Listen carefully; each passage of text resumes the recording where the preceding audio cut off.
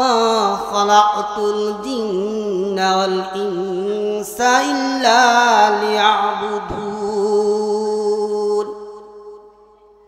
قال رسول الله صلى الله عليه وسلم طلب العلم فريضة على كل مسلم। আমরা সকলে দুরূদ শরীফ পড়ি। اللهم صل على محمد وعلى آل محمد كما صليت على إبراهيم وعلى آل إبراهيم إنك حميد مجيد اللهم بارك على محمد وعلى آل محمد كما باركت على إبراهيم وعلى آل إبراهيم إنك حميد مجيد। الحمد لله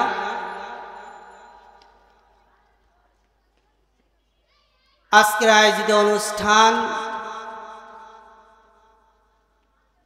রহমানিয়া হিফজুল কোরআন মাদ্রাসার উদ্যোগে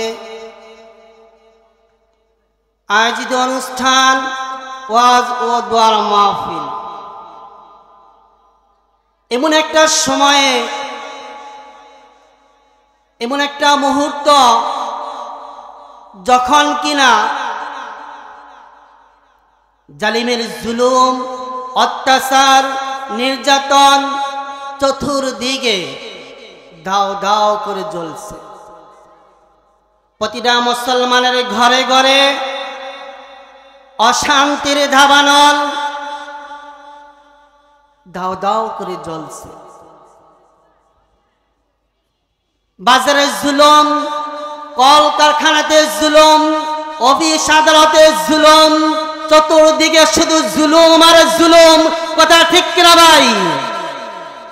এই কঠিন মুহূর্তে, কঠিন সময়ে একদল লোক শুধু দৌড়াচ্ছে দৌড়াচ্ছে জাহান্নামের দিকে, আর একদল লোক দৌড়াচ্ছে দৌড়াচ্ছে জান্নাতের দিকে।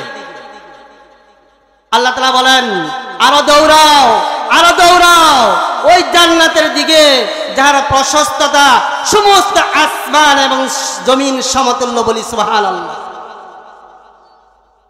এই কঠিন মুহূর্তে আল্লাহ সুবহানাহু ওয়া তাআলা আমাদেরকে পৃথিবীর সকল ব্যস্ততা থেকে মুক্ত রেখে এই কোরআনের মাহফিলে, ওয়াজ ও দোয়ার অনুষ্ঠানে আসার সুযোগ করে দিয়েছেন। কোরআন ও হাদিস থেকে কিছু কথা বলার তৌফিক দিয়েছেন। তাই আমরা সকলে দিল থেকে শুকরিয়া আদায় করি, বলি আলহামদুলিল্লাহ। যখন কিনা আল্লাহ তাআলা কোন নিয়ামত দান করেন, আর বান্দা যখন নিয়ামতের শুকর বলে আলহামদুলিল্লাহ, এটা তো ভাই জবানের শুকর আদায় হয়ে যায়। আবার যখন বলে আলহামদুলিল্লাহ, আল্লাহ সুবহানাহু ওয়া তাআলা তার গুনাহসমূহকে মাফ করে দেন। আবার যখন বলে আলহামদুলিল্লাহ, আল্লাহ তাআলা তার আমলনামার মধ্যে নতুন করে সওয়াব দান করেন। বলি সুবহানাল্লাহ। মেরে মুহতারাম দোস্তার বুজুর্গ, উপস্থিত আছেন হযরত উলামায়ে কেরাম, বিভিন্ন জায়গা থেকে আগত মুসলিয়ানে কেরাম। আজকের এই দাওয়াতের অনুষ্ঠানে, কোরআনের অনুষ্ঠানে আল্লাহ তাআলা আমাদেরকে নিয়ে এসেছেন, আসার সুযোগ করে দিয়েছেন। তাতে আমরা খুশি না বেজার? আমি আপনাদের খিদমতে সংক্ষিপ্তভাবে কিছু বলার চেষ্টা করব ইনশাআল্লাহ। আমরা সকলে এই কথাগুলো মনোযোগ সহকারে শ্রবণ করার চেষ্টা করব তো ভাই ইনশাআল্লাহ। সৎসঙ্গে সর্ববাস, অসৎসঙ্গে সর্বনাশ। বলেন তো সমাজের মধ্যে দুষ্কৃতী লোকগুলো আছে কিনা? ওই জান্নাতের মধ্যে হযরত আদম আলাইহিস সালামকে রেখেছিলেন জান্নাতের মধ্যে। বলেন তো জান্নাত কোথায়? ঊর্ধ্ব জগতে না নিম্ন জগতে? জান্নাত তো হলো ঊর্ধ্ব জগতে, কথা ঠিক কিনা ভাই? সে ঊর্ধ্ব জগতের মধ্যে শয়তান ছিল কিনা, বর্তমানে শয়তান আছে কিনা, কিয়ামত পর্যন্ত শয়তান থাকবে কিনা, দুনিয়াতে শয়তান আছে কিনা, মরার পরও শয়তান থাকবে কিনা, একটা পক্ষ আল্লাহ তাআলার পক্ষ, আর একটা পক্ষ হলো শয়তানের পক্ষ। বলেন আল্লাহ তাআলার পক্ষে লোক আছে কিনা, শয়তানের পক্ষে লোক আছে কিনা?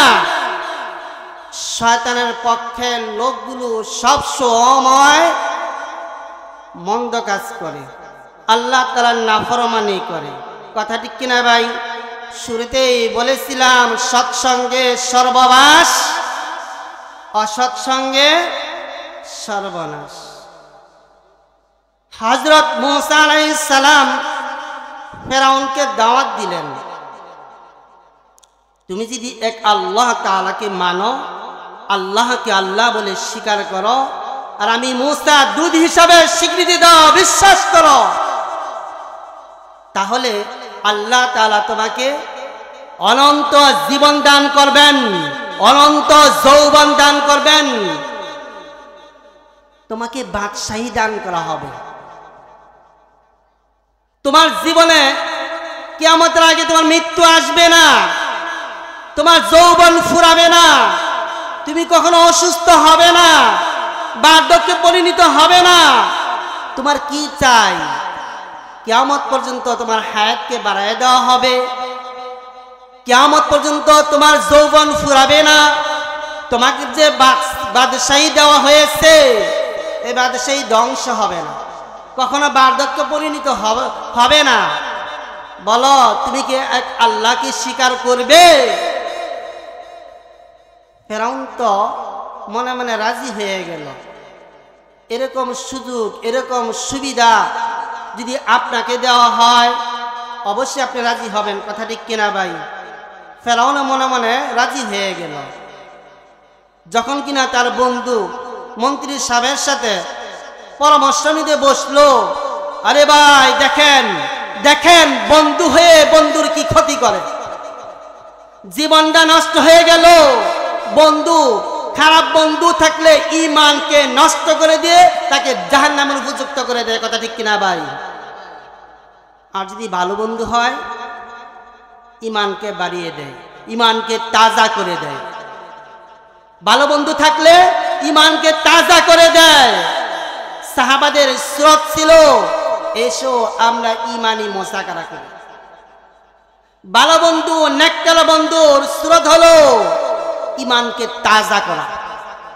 আর বক্তা নাফরমান গুনাহগার ব্যক্তির কাজ হলো বন্ধু হয়ে বন্ধুর জীবনটাকে ধ্বংস করে দেওয়া, ঈমান থেকে বিচ্ছিন্ন করে দিয়ে তাকে জাহান্নামের উপযুক্ত করে দেওয়া। যখন কিনা ফিরআউন তার বন্ধু মন্ত্রী সাথে পরামর্শ নিতে বসলো, যখন মনের সব কথা প্রকাশ করলো, এবার বন্ধু বলে, খোলা তরবারিটা সামনে রেখে বলে, এতদিন আপনি ছিলেন খোদা, এবার থেকে হয়ে যাবেন আপনি হুদা। আপনি ছিলেন প্রভু, আপনি কি বান্দা হতে চান? আরে ভাই দেখেন দেখেন বন্ধু হয়ে বন্ধুকে কিভাবে উস্কানি দিয়ে পথহারা করে দেয়। আছেন কিনা ভাই আমাদের সমাজের মধ্যে? আসতাছি সামনে কিছু কিছু আলোচনা করার চেষ্টা করবো ইনশাআল্লাহ বর্তমান প্রেক্ষাপটকে নিয়ে। আপনারা কথাগুলো শুনবেন তো ভাই ইনশাআল্লাহ? ফেরাউনের ঈমান আর নসিব হলো না, বন্ধু উস্কানি দিল। আপনি কি বাপদাদার মুখে চুনকালি মারতে চান? এতদিন আপনি রাজত্ব করেছেন, নিজেকে খোদা রূপে প্রমাণ করেছেন, আজ থেকে বান্দা হয়ে যাবেন। আরে ভাই উস্কানি কি বুঝেন বুঝেন বুঝেন। একটা বন্ধু আরেকটা বন্ধুকে উস্কানি দিয়ে জীবনটাকে বরবাদ করে দেয়। একজন গাঁজাখোর আরেকজন গাঁজাখোর তৈরি করে, কথা ঠিক কিনা ভাই? একজন বিড়িখোর আরেকজন বিড়িখোর তৈরি করে, বলেন তো কেন? আজকে গাঁজাখোরের পকেটে টাকা আছে, সে একা গাঁজা শ্রবণ করবে না। কেন করবে না? মদখোর একা মদ খাবে না। কেন খাবে না? সে জানে আজকে আমার পকেটে টাকা আছে, যদি আমি একা খাই কালকে তো আমার পকেটে টাকা থাকবে না, তখন খাবো কোথা থেকে? এই জন্য সঙ্গী বানায়, কথা ঠিক কিনা ভাই? আরে ভাই কথা ঠিক কিনা? চিল্লা বলেন ঠিক কিনা? মদখোর আরেকজন মদখোর তৈরি করে, নেতা কর্মী তৈরি করে, কথা ঠিক কিনা ভাই? নেতা যদি নাফরমান হয়, নেতা যদি ফাসিক লোক হয়, তার কর্মী কি দিনদার পরহেজগার মুত্তাকি হবে? নেতা যদি হারামখোর হয়, নেতা যদি নেশাগ্রস্ত হয়, তার কর্মী যেমন পরিচালনা করবেন কর্মী তো ওরকমই হবে, কথা ঠিক কিনা ভাই? যে কথা বলতেছিলাম, সৎসঙ্গে সর্ববাস, অসৎসঙ্গে সর্বনাশ। ফেরাউনের কপালে কি ঈমান নসিব হয়েছিল? ফেরাউনের কপালে তওবা নসিব হয়েছিল, কিন্তু সেই তওবা তার কোন কাজে আসে নাই। আরে ভাই এখনো সময় আছে, দিনের পথে ফিরে আসি, সময় থাকতে তওবা করি। এমন সময় তওবা করব না যখন তওবা করলে তওবা কোন কাজে আসবে না। আপনাদের খিদমতে বনের এক প্রাণীর ঘটনা না বললেই নয়। হযরত ওমর রাদিয়াল্লাহু তাআলা আনহু থেকে বর্ণিত, তিনি বলেন, এক গ্রাম্য ব্যক্তি রাসূল করিম সাল্লাল্লাহু আলাইহি সাল্লামের সামনে একটা গুইসাপ ছেড়ে দিলেন। গুইসাপ ছেড়ে দিয়ে বললেন, এই গুইসাপ যদি আপনাকে স্বীকার করে, এই গুইসাপ যদি বলে আপনি সত্য নবী, তাহলে আমি বিশ্বাস করব, আমি মুসলমান হয়ে যাব। রাসূল করিম সাল্লাল্লাহু আলাইহি সাল্লাম সাথে সাথে সেই গুইসাপকে প্রশ্ন করলেন, বলো আমি কে? আল্লাহ সুবহানাহু ওয়া তাআলা সাথে সাথে গুইসাপের জবানকে খুলে দিলেন। বলি সুবহানাল্লাহ। গুইসাপ আরবি ভাষায় বললেন, আপনি আল্লাহ তাআলার সত্য নবী। বলি সুবহানাল্লাহ। গুইসাপ বলেন যে আপনি আল্লাহ তাআলার সত্য নবী, আমি স্বীকার করি, আমি বিশ্বাস করি আপনি শেষ নবী মুহাম্মদুর রাসূলুল্লাহ সাল্লাল্লাহু আলাইহি ওয়াসাল্লাম।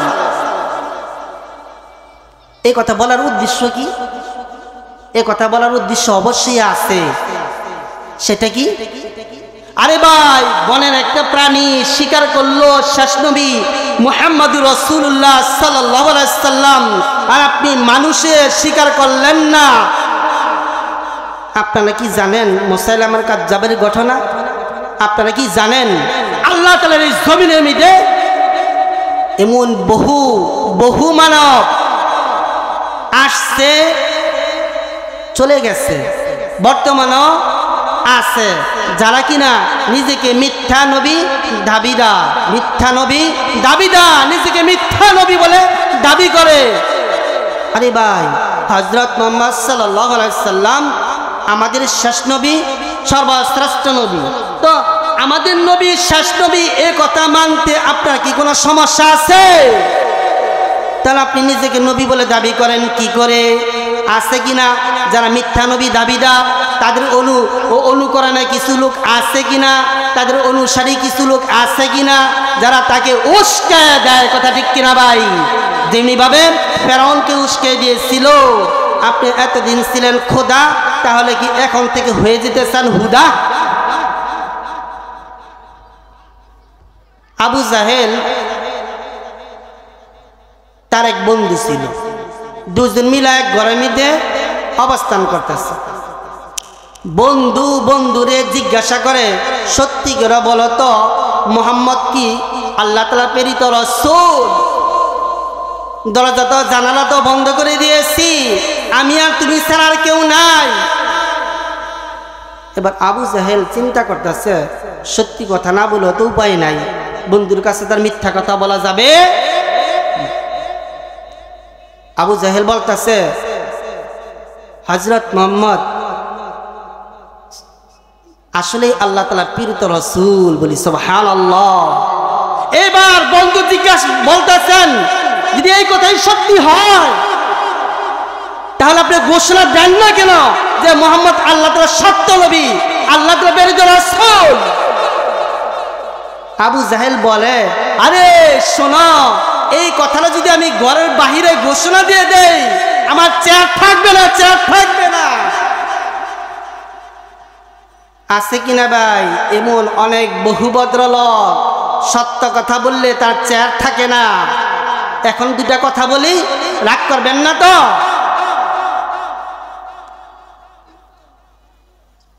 সুদের বাড়ি আছে কিনা? আরে ভাই সুদের গাড়ি আছে কিনা? বিয়ে করতে গেল সুদ নিয়ে বিয়ে করে কিনা? তো সুদের বাড়ি, সুদের গাড়ি, সুদের নারী, সন্তান কি ভালো আশা করতে পারেন? হারাম খাইবেন, আবার নেককার সন্তানের চিন্তা করবেন। হারাম খাইবেন, আবার নেককার স্ত্রীর কথা চিন্তা করবেন। আল্লাহ তাআলা যেন আমাকে নেককার স্ত্রী দান করেন। সবসময় সুদের সাথে জড়িত, ঘুষের সাথে জড়িত। সমাজটা এখন সুদের সাথে অহরহ, কথা ঠিক কিনা ভাই? এত সুদ, চতুর্দিকে শুধু সুদ আর সুদ। জুলুম আছে কিনা ভাই? ধনী মানুষগুলো গরিবের উপর জুলুম করে কিনা? নেতা কর্মীর উপরে জুলুম করে কিনা? ফ্যাক্টরি মালিক শ্রমিকদের উপর জুলুম করে কিনা? আরে ভাই এটা তো দূরের কথা, কাছে চলে আসেন। নেশাখোর সন্তান তার বাবার উপর জুলুম করে কিনা? মদখোর বাবা, তার সন্তান হাফেজে কোরআন হবে, তার সন্তান নেককার নামাজি লোক হবে। তো নেশাখোর বাবা, মদখোর বাবা, এরকম চিন্তা ভাবনা করা যে আমার সন্তান নেশা করবে না, এই চিন্তা ভাবনাটা কি ভুল না ভাই? কোন চোর চায় কি যে তার সন্তান চুরি করুক? এক ব্যক্তি চুরি করে ধরা বসছে, গৃহস্থ তাকে ধরলো, হাতে মেয়েদের ধরে বলতেছে, চল তোর বাবার কাছে নিয়ে তোর বিচার করবো। চোরাম চুরি করে ধরা পড়লো, গৃহস্থ ধরে বলল, চল তোর বাবার কাছে চল, তোর বিচার করব। এবার আমচোর বলে, হাসতে শুরু করে দিছে। গৃহস্থ বলে, তুমি হাসো কেন? আমি হাসবো না, ওই যে দেখো দেখো আমার বাবা আরেকটা আম গাছের মধ্যে আম চুরি করতেছে। আরে ভাই বুঝেন বুঝেন, আলোচনা বুঝেন। বাবার চরিত্রই তো ভালো না, চোরের ঘরটা চোর হয়েছে, তো বাবাকে কি ভালো হতে হবে না? এইসব কথা বলার উদ্দেশ্য কি? আরে ভাই আপনার সন্তানকে আপনি মাদ্রাসায় দিয়েছেন, সারাদিন তো কুকর্মের সাথে জড়িত, সারাদিন তো হারামের সাথে জড়িত। এবার আপনি চিন্তা করতেছেন আপনার ছেলে হাফেজে কোরআন হবে, আপনার ছেলে একজন আলেম হবে। এত সস্তা? আপনি হারামের সাথে জড়িত থাকবেন আর আপনার সন্তান একজন হাফেজ হয়ে যাব, আলেম হয়ে যাব। আরে ভাই এই সিনাটা তো আয়নার মতো চকচক করে, চকচক। যখন এই সিনার মধ্যে কালো দাগ পড়ে যাবে, ময়লা পড়বে, ময়লার মধ্যে তো কোরআন থাকবে না। কোরআন পবিত্র না অপবিত্র? তো পবিত্র জিনিস কি কখনো অপবিত্র মধ্যে স্থান পায়? পায় না। তাহলে এই দিলটাকে পরিষ্কার করার দরকার আছে না ভাই? এই যে বাবারা শোনেন, আপনার সন্তানকে যদি মানুষ করতে চান আগে নিজেকে শুধরান, কথা ঠিক কিনা ভাই? আপনি বিড়ি খাওয়া ছেড়ে দেন, গাঁজা খাওয়া ছেড়ে দেন, আপনি তো বেনামাজি, নামাজ পড়া ধরেন, আপনি তো হারামের সাথে জড়িত, হারাম ছেড়ে দেন, হালাল পথে চলেন, হালাল পথে উপার্জন করেন। হারাম দ্বারা লালিত পালিত সন্তান জান্নাতে যাবে? হারাম দ্বারা লালিত পালিত শরীর দেহ জান্নাতে যাবে? আল্লাহ রাসূল সাল্লাল্লাহু আলাইহি সাল্লাম বলেন, হারাম দ্বারা লালিত পালিত শরীর কখনো জান্নাতে যাবে না, জান্নাতের গন্ধ পাবে না। তাহলে হারাম ছাড়তে হবে না হবে না? যদি আমি হারাম ছাড়তে পারি, হালাল ধরতে পারি, মাওলানা ইউসুফ রহমাতুল্লাহ আলাইহি বলেন, যে ব্যক্তি কালিমা পড়ল এবার সমস্ত হারাম থেকে বিরত থাকবে, সে সোজা জান্নাতে চলে যাবে, বলি সুবহানাল্লাহ। তাহলে আমাদের কি হারাম ছাড়া দরকার আছে কিনা? রাসূল করিম সাল্লাল্লাহু আলাইহি সাল্লাম বললেন, হে ওমর, দেখো দেখো কবর তোমার সামনে, কবরে তোমাকে প্রশ্ন করা হবে, প্রশ্ন। আর 3টা প্রশ্নের উত্তর যদি তুমি দিতে না পারো, কবরে আছে তো মুনকার নাকির ফেরেশতা, তার এক একটা হুঙ্কার হবে বিজলির মতো, তার দাঁত দুলু থাকবে বড় বড়, তাদের হাতে থাকবে হাতুড়ি, এত বড় বিশাল হাতুড়ি ধারণ তোমাকে আঘাত করবে, তোমাকে ছিন্ন বিচ্ছিন্ন করে দিবে। হে ওমর, দেখো কবর তোমার সামনে। আরে ভাই, মরবো না, দুনিয়া ছাড়বো না, এরকম গ্যারান্টি দলিল আওয়ামী লীগের নেতা দিতে পারবে? বিএনপির নেতা দিতে পারবে? কোন আলেম ওলামা দিতে পারবে? ডাক্তার ইঞ্জিনিয়ার দিতে পারবে? কবরের মধ্যে সবল ব্যক্তি হলো ওই ব্যক্তি, কোন ব্যক্তি? ওই হাফেজে কোরআন। যখন তাকে দুনিয়া থেকে বিদায় করে দেওয়া হবে মৃত্যুর মাধ্যমে, যখন কবরের মধ্যে তাকে জিন্দা করা হবে, তখন তিনি দেখতে পাবেন একজন সুশ্রী যুবক, যখন মুনকার নাকির এ হাফেজে কোরআনকে প্রশ্ন করবে, প্রশ্ন করার জন্য কাছে আসতে চাইবে, এই সুশ্রী যুবক আর কেউ নয়, পবিত্র কোরআন, বলি সুবহানাল্লাহ। এ হাফেজে কোরআন তখন দেখবে এ সুশ্রী যুবক ওই মুনকার নাকির ফেরেশতা এবং হাফেজে কোরআন এই দুজনের মাঝখানে বাধা হয়ে দাঁড়াইছে। মুনকার নাকির যেন ডিস্টার্ব করতে না পারে সেজন্য সে দণ্ডায়মান প্রস্তুত রয়েছে। এবার ফেরেশতারা আল্লাহ তাআলার সাথে কথা বলবেন, ও আল্লাহ, এই ব্যক্তি তো আমাদেরকে প্রশ্ন করতেই দিচ্ছে না।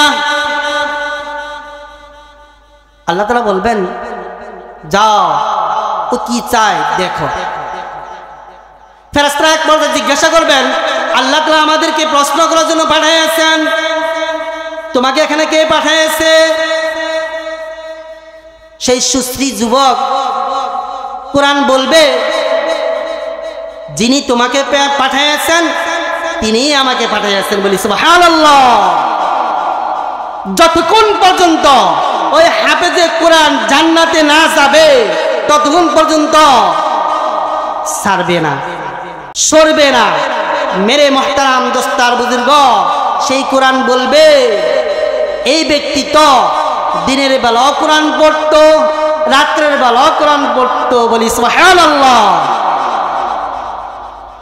একজন কোরআন শিখনেওয়ালা আর শিখানেওয়ালা শুধু দিনের বেলা কোরআন পড়ে, রাত্রের বেলা পড়ে না, শুধু রাত্রের বেলা কোরআন তেলাওয়াত করে, দিনের বেলা করে না। সেই কোরআন বলবে, আমি তোমার সঙ্গী হয়ে গেছি, বলি সুবহানাল্লাহ। আসে হাফেজে কোরআনকে আল্লাহ তাআলা এমন পাওয়ার দিবেন, এমন পাওয়ার দিবেন, এমন 10 জন লোক যাদের উপর জাহান্নাম ওয়াজিব হয়ে গিয়েছে তাদেরকে সুপারিশ করে জান্নাতে পৌঁছে দিতে পারবে। তাদের মধ্যে যদি আপনার বাবা হয়, আপনার মা হয়, আপনার নানা হয়, আপনার নানি হয়, আপনার দাদা হয়, আপনার দাদি হয়। আরে ভাই চিন্তা করে দেখেন, সেই কঠিন মুহূর্ত, যে মুহূর্তটা হবে, দুইটা ঘর, একটা হলো শান্তির জায়গা আর একটা হলো অশান্তির জায়গা। শান্তির জায়গার নাম হলো জান্নাত আর অশান্তির জায়গার নাম হলো জাহান্নাম। এই জন্যই তো বাদশাহ ইব্রাহিম রাহমাতুল্লাহ আলাইহি বললেন, যেদিন এই আয়াতের মধ্যে আমি পৌঁছে এসেছি, যেদিন এই আয়াত আমার সামনে চলে আসছে, ফারিকুম ফিল জান্নাতি ওয়া ফারিকুম ফিস সাঈর, সেদিন তো একদল লোক জান্নাতে যাবে আর একদল লোক জাহান্নামে চলে যাবে। হ্যাঁ, সেই দিন আমার কি হবে? আরে ভাই, আজকে দুনিয়ার জিন্দেগিতে বিপদগ্রস্ত হলে নেতার কাছে দৌড়ে যান, সেই দিন বিপদগ্রস্ত হলে কার কাছে যাবেন? এখন তো দুনিয়ার জিন্দেগিতে শুধু জুলুম আর জুলুম, জুলুম আর জুলুম, চতুর্দিকে শুধু জুলুম আর জুলুম। জুলুম যে কত মজা, মনে দেখো, মনে দেখো জুলুমের শাস্তি কত ভয়ঙ্কর। আরে ভাই, আপনি তো নিজের উপর জুলুম করতেছেন, আপনি তো নিজেকে জাহান্নামের উপযুক্ত করে দিচ্ছেন। আরে ভাই মনে দেখো জাহান্নামের শাস্তি কত ভয়ঙ্কর। থানভী রাহমাতুল্লাহ আলাইহি তার বারিন্দার মধ্যে একটা দাড়িপাল্লা রাখতেন। সেই দাড়িপাল্লা কি করতেন? বাহির থেকে যে সকল হাদিয়া আসতো বা কোনো ফল ফ্রুট আসতো, দাড়িপাল্লাটা মেপে দুই স্ত্রী ঘরে সমান হারে ভাগ করে দিতেন। যদি দুটা তরমুজ আসতো, আরে ভাই শোনেন, বোঝেন ইনসাফ কাকে বলে, ইনসাফ কাকে বলে। আজকে ইমামের উপর বেইনসাফি, আজকে ইমাম লাঞ্ছিত, অপমানিত। আজকে মুয়াজ্জিন সাহেব, খাদেম সাহেব, আচ্ছা ভাই বলেন, মসজিদের মতো যদি সুদের সাথে জড়িত থাকে, ঘুষের সাথে জড়িত থাকে, ইমাম সাহেব যদি সুদের ব্যাপারে আলোচনা করে, ইমামের চাকরি থাকবে? সভাপতি যদি সুদের সাথে জড়িত থাকে, ইমাম সাহেব যদি সুদের ব্যাপারে আলোচনা করে, ইমাম সাহেবের চাকরি থাকবে? আরে ভাই, মুতাল্লি সাহেব তো 5 ওয়াক্ত নামাজও পড়ে না, মুতাল্লি সাহেব তো অনেক হারাম কাজের সাথে জড়িত, মুতাল্লি সাহেবের মধ্যে তো দিনের বুঝ নাই। তাহলে আপনি কেন এমন লোককে মসজিদের মুতাল্লি বানাইলেন? কেন বানাইলেন? মসজিদের মুতাল্লি থাকবে একজন আলেম, মসজিদের মুতাল্লি থাকবেন যখন ইমাম সাহেব থাকবে না শুক্রবার দিন, সেই দিন যেন খুতবা দিয়ে নামাজ পড়াইতে পারে, এমন লোক মসজিদের মুতাল্লি সভাপতি থাকা জরুরি কিনা? কথা বলেন, ঠিক কিনা? আমরা তো পয়সাওয়ালা লোককে মসজিদের মুতাল্লি সভাপতি দিই, কথা ঠিক কিনা ভাই? কিন্তু না ভাই, মসজিদের সভাপতি তো থাকবে যার মধ্যে দিনের বুঝ থাকবে, ইমামতি করার মতো যোগ্যতা থাকবে, কথা ঠিক কিনা ভাই? মসজিদের মুতাল্লির মধ্যে যদি ইনসাফ না থাকে, সে ইমাম সাহেবের উপর কি ইনসাফ প্রতিষ্ঠা করবে? তার বিবি সন্তানের মধ্যে কি ইনসাফ প্রতিষ্ঠা করবে? তার ব্যক্তিগত জীবন, পারিবারিক জীবন, সামাজিক জীবন, রাষ্ট্রীয় জীবন, কোন জায়গাতে ইনসাফ প্রতিষ্ঠা করতে পারবে না। এমন লোকেরা যদি মাতবরি দেয়, সমাজের উন্নতি হবে না অবনতি? থানভী রাহমাতুল্লাহ আলাইহি ইনসাফ কি জিনিস দেখেন আমাদেরকে শিখিয়ে দিয়েছেন।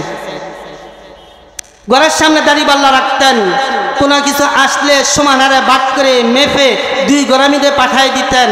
যদি 2টা তরমুজ আসতো, আরে ভাই শিখেন ইনসাফ কাকে বলে। যদি 2টা তরমুজ আসতো, এবার কি 2টা 2 ঘরে পাঠাই দিতেন? না ভাই, 2টা তরমুজ আসলে একটা তরমুজ মাঝখানটা ভাগ করতেন, তারপর আবার আরেকটা ভাগ করতেন, এইবার 2 গরামিতে পাঠাই দিতেন। আর আমরা তো এই জিনিসটা করতাম না, 2টা তরমুজ আসছে 2 গরামিতে পাঠাই দিই। এখন মনে মিদের সন্দেহ আছে কিনা, তরমুজ বড় ছোট আছে না ভাই? হ্যাঁ, আরে ভাই আপনার মধ্যে তো ইনসাফ নাই। আপনি তো সন্তান দিয়েছেন, কয়টা বেদ দেওয়া, কতটুকু শাস্তির উপযুক্ত ছিল, আর আপনি কতটুকু শাস্তি দিয়েছেন? একটা চর খাওয়ার উপযুক্ত ছিল, আপনি 2টা চর মারলেন। এই 2টা চর কেন মারলেন? আল্লাহ তাআলার কাছে জবাবদিহি করতে হবে আপনাকে। কথা বোঝেন, বোঝেন, মনে দেখো, মনে দেখো জুলুমের শাস্তি কত ভয়ঙ্কর। মেরে মোহতারাম দোস্তার বুজুর্গ, সমাজের মধ্যে অহরহ দুষ্কৃতী লোক আছে কিনা ভাই? আছে না ভাই?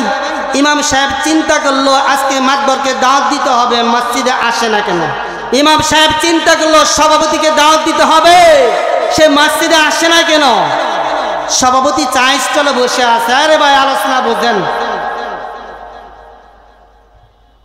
সভাপতি সাহেব চা স্টলে বসে আছে, ইমাম সাহেব মুখে মিদে পান দিয়ে পান খাইতে খাইতে সভাপতির সামনের দিকে আসতেছে দাওয়াত দিবে মসজিদে যাওয়ার জন্য।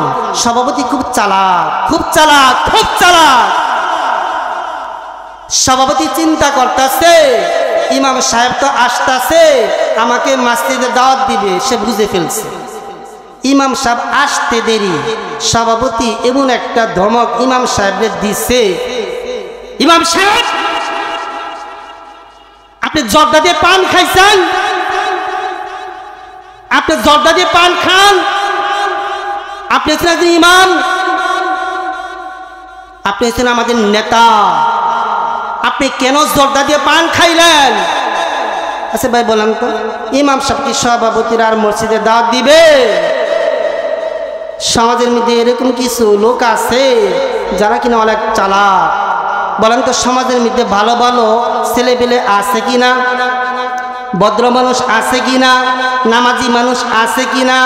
এই ভালো ছেলেদেরকে নষ্ট করার জন্য, এই নামাজি লোকদেরকে বেনামাজি বানানোর জন্য, এই যে ভদ্র মানুষদেরকে অভদ্র বানানোর জন্য এক শ্রেণীর এরকম চালাকবাজ বুদ্ধিজীবী সমাজের মধ্যে আছে কিনা?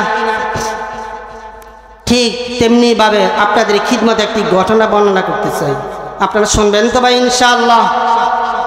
হযরত রাবি ইবনে খুফাইন রাহমাতুল্লাহ আলাইহি মস্ত বড় আল্লাহর ওলি ছিলেন, অনেক বড় বুজুর্গ ছিলেন, অনেক বড় বুজুর্গ ছিলেন। সমাজের মধ্যে এরকম দুষ্কৃতী লোক চিন্তা করলো কি করে ওকে লাঞ্ছিত করা যায়, কি করে ওকে বেজ্জিতি করা যায়, কি করে ওকে পথারা করা যায়। তাই আচ্ছা ভাই বলেন তো সমাজের মধ্যে শুধু পুরুষরাই মনে হয় খারাপ, মহিলারা খারাপ নাই? আছে কিনা ভাই? সেই চালাক লোকটা চিন্তা করলো তাহলে এই বুজুর্গ নামাজি লোকটার পিছনে একটা মেয়ে মানুষ লেলাই দেয়। আরে ভাই আলোচনা বুঝেন, বুঝেন, একটু চিন্তা করেন, করেন, আমল করতে সহজ হয়ে যাবে। বুদ্ধিজীবী চিন্তা করলো এই নামাজি লোকটাকে ধ্বংস করতে হবে, তাকে লাইন থেকে বেলাইনে নিতে হবে। তাই এই ব্যভিচারী নারীকে 1000 দিরহামের বিনিময়ে রাজি করাইলো তার ঈমানটাকে নষ্ট করে দেওয়ার জন্য, তার চরিত্রটাকে নষ্ট করে দেওয়ার জন্য। আছে কিনা ভাই? আপনার ছেলে পড়াশোনায় ভালো, হিংসুকরা হিংসা করে। আপনার ছেলে চাকরিজীবী, মোটা অঙ্কের বেতন পায়, হিংসুকরা হিংসা করে, করে কিনা ভাই? আপনি একতলার মালিক হয়েছেন, হিংসুকরা হিংসা করে। আর এই একতলা কি করে ধ্বংস করা যায়? আপনি 2 তলার মালিক, হিংসুকরা হিংসা করে যে ও 2 তলার মালিক হয়েছে, আমি কি করে 4 তলার মালিক হই। আছে কিনা ভাই এরকম হিংসুকরা? ওই ফাসেক লোকটা ব্যভিচারী নারী টাকার বিনিময়ে, দিরহামের বিনিময়ে রাজি করাইলো তার ঈমানকে নষ্ট করে দাও, তার চরিত্রকে নষ্ট করে দাও। সেই সুন্দরী ব্যভিচারী নারী সেই বুজুর্গর ঈমান নষ্ট করে দেওয়ার জন্য সুন্দর করে সাজুগুজু করেছে, নতুন পোশাক পরিধান করেছে, গায়ের মধ্যে খুশবু লাগাইছে। আচ্ছা ভাই বলেন তো মানবতার ইতিহাসে যত বড় বড় ফিতনা হয়েছে নারী থেকে। ফাত্তাকুদ দুনিয়া ওয়াত্তাকুন নিসা। রাসূল করিম সাল্লাল্লাহু আলাইহি ওয়াসাল্লাম বলেন 2টা জিনিস। কয়টা জিনিস? দুটা জিনিস তোমার ঈমানকে নষ্ট করে দিয়ে তোমাকে জাহান্নামের উপযুক্ত করে দিবে। একটা জিনিস হলো দুনিয়া। একটা জিনিস কি? দুনিয়া। দুনিয়ার ব্যাখ্যা কি? দুটা। কয়টা? একটা হলো দুনিয়ার সম্পদ, টাকা পয়সা, ধন দৌলত। আরেকটা হলো দুনিয়ার জায়গা জমিন আছে কিনা ভাই। আপনি জমিনের মধ্যে যে জায়গার মধ্যে বসে, যে জায়গার মধ্যে শুয়ে পৃথিবীর পূর্ব থেকে বলতেছেন বেগানা নারীর সাথে আই লাভ ইউ, পৃথিবীর পশ্চিম থেকে বলে আই লাভ ইউ টু। আচ্ছা ভাই বলেন, যে জায়গা মিদে বসছেন, যে জায়গা মিদে বসে কথা বলছেন, এই জায়গার মালিক কে? এই জায়গা আপনার পক্ষে অথবা বিপক্ষে সাক্ষী দেবে। মসজিদ ভালো জায়গা না মন্দ জায়গা? মসজিদের মধ্যে যখন আপনি নামাজ পড়বেন, নেক আমলগুলো করবেন, তালিম করবেন, গাস্ত করবেন, এই মসজিদের জায়গা আপনার পক্ষে বিপক্ষে সাক্ষী দিবে। আপনার পকেটে টাকা আছে, আপনার সম্পদের মালিক হয়েছেন, এই টাকা এই সম্পদ আপনার ঈমানকে নষ্ট করে দিয়ে জাহান্নামের উপযুক্ত করে দিবে। ভাই আমার চোখে দেখা আমাদের বাড়ি আশেপাশে আছে, নাম বলতে চাই না, বাবা কোটি কোটি টাকা রেখে গেছে, সন্তান সেই টাকা পেয়ে মদ খায়, নেশা করে, বেলাইনে খরচ করে। ভাই কোটি কোটি টাকার মালিক বাবার উসিলায় হয়েছে। এই টাকার মালিক ছিল বাবা, এখন হয়েছে সন্তান। বাবা দিছে পাহারা দিয়ে সম্পদগুলো আগড়ে রেখেছেন, গারোয়ানের মতো পাহারা দিয়েছেন। এবার বাবা কবরে চলে গেছে, সন্তান সম্পদের মালিক হয়ে এইবার মন্দ কাজগুলো করে। বাবা কবরের মধ্যে শুয়া আরামে থাকবো না অশান্তির মধ্যে থাকবে? যখন নেককার সন্তানগুলো দুনিয়ার জিন্দেগিতে নেক আমলগুলো করবে আর বাবার জন্য দোয়া করবে, এই দোয়ার বিনিময়ে পিতা মাতার গুনাহসমূহ আল্লাহ তাআলা মাফ করে দিয়ে জান্নাতের উপযুক্ত করে দিবেন। বলি সুবহানাল্লাহ। আর যদি সন্তান বদকার হয়, বাবার সুখ আসবে না শান্তি আসবে? বলেন, আপনার সন্তানকে নেককার বানানোর দরকার আছে কিনা? আপনার সন্তানকে হাফেজে কোরআন বানানোর দরকার আছে কিনা? কমপক্ষে এতটুকু বুঝ, যেন দিনের বুঝ থাকে, যাতে আমি মারা গেলে আমার সন্তান জানাজা পড়াইতে পারে, এতটুকু এলেম থাকে। আমার সন্তান যেন 5 ওয়াক্ত নামাজটা পড়তে পারে, আমার সন্তান যেন হালাল হারাম বেঁচে চলতে পারে, এর তো এতটুকু বুঝের কি দরকার আছে না ভাই? আপনি তো আপনার সন্তানকে দিনের পথে চালাইতে পারেন নাই, দিনের বুঝ দিতে পারেন নাই, কোরআন শিক্ষা দিতে পারেন নাই। আল্লাহ তাআলার কাছে জবাবদিহি করতে হবে, কেন আপনি আপনার সন্তানকে কোরআন শিক্ষা দেন নাই, কেন আপনি আপনার সন্তানকে দিনের পথে চালান নাই। আপনি বেলাইনে চলছেন, আপনার সন্তান এখন বেলাইনে চলে কিনা ভাই? যা কথা বলতেছিলাম, ওই সুন্দরী নারী সেই বুজুর্গের ইজ্জত নষ্ট করার জন্য সাজুগুজু করে সামনে এসেছে। এইবার বুজুর্গ বললেন, আরে বোন, তুমি তো আমাকে পথভ্রষ্ট করার জন্য, পথ হারা করার জন্য এত সুন্দর করে সাজুগুজু করেছ, সুন্দর পোশাক পরেছ, গায়ের মধ্যে সুগন্ধি লাগাইছ। আরে বোন, তুমি সেই দিনের কথা চিন্তা করো। আর বোন, তুমি সেই দিনের কথা চিন্তা করো যেই দিন তোমার এই সুন্দর চেহারা থাকবে না, যেই দিন তোমার এই সুন্দর চেহারাকে নষ্ট করে দেওয়া হবে, তুমি অসুস্থ হয়ে পড়বে, সেই দিন তোমার কি হবে? তুমি সেই দিনের কথা চিন্তা করো। যেই দিন তুমি কবরে চলে যাবে, তুমি সেই দিনের কথা চিন্তা করো। এই তোমার এই সুন্দর দেহের মধ্যে সেদিন তো পোকামাকড়ে ঘোরাফেরা করবে, কিলবিল করবে, তোমার চোখগুলোকে তো পোকামাকড়ে খেয়ে ফেলবে। আরে বোন, তুমি সেই দিনের কথা চিন্তা করো। আজকে তো তুমি আমার চরিত্র নষ্ট করার জন্য এসেছ, আমাকে পথহারা করার জন্য এসেছ। আরে বোন, তুমি সেই দিনের কথা চিন্তা করো যেদিন তোমার মৃত্যু ঘটে যাবে, যেদিন তোমাকে মনকে নাকি প্রশ্ন করবেন, সেই দিনের কথা চিন্তা করো।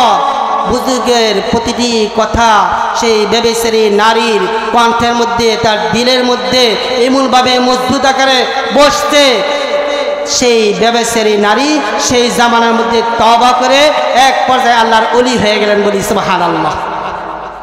এখনো সময় আছে। ফাত্তাকুদ দুনিয়া ওয়াত্তাকুন নিসা।